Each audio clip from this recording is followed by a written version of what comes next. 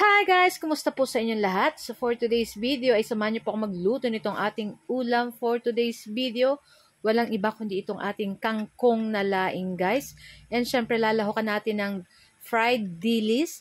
Ayan, saka meron din po yan pork para syempre mas lalong masarap and kumain yung ating mga anak. So yan na nga guys, so kung hindi niyo pa natatry yung ganitong luto, nako itry niyo na po. At nako, hindi po kayo magsisisi at napakasarap. Hindi naman po kamahalan ang kangkong at itong ating dilis na dried.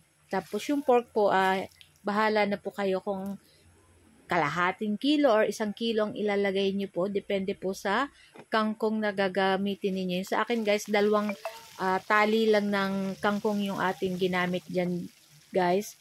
And meron akong kalahating kilong pork. Tapos yung dried na dilis. Nako guys, napakasarap.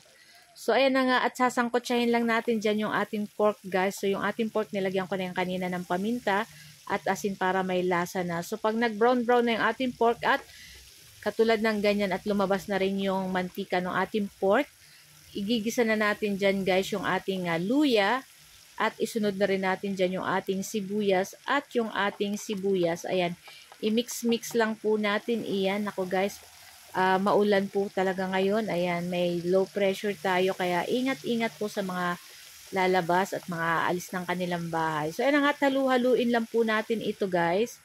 At pagkatapos, syempre, ilagay na natin, pag lumabas ng aromatic ng ating mga sangkap dyan guys, ilagay na natin itong ating kangkong guys. So, ko lang yan, in-slice ko lang ng maliliit ng katulad ng ganyan guys. So, parang sa laing po, sa daon ng laing, parang ganyan lang din po ang paka-slice. Ayan. So, 2 tali po yung ginamit natin kasama na yung tangkay. Tapos, meron akong frozen na gata ng niyog. Yan na po yung aking nilagay para fresh pa din yung ating gata dyan.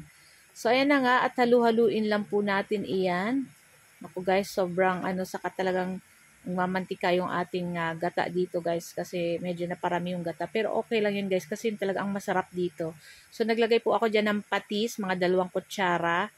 At mamaya ay maglalagay po ako ng suka na mga 2 kutsara din. So, kanina po naglagay pala ako dyan ng 1 teaspoon sugar para medyo manamis-namis at balance yung lasa nitong ating ginataang kangkong na laing. So, ayan na nga yung ating dried na dilis na pinirito.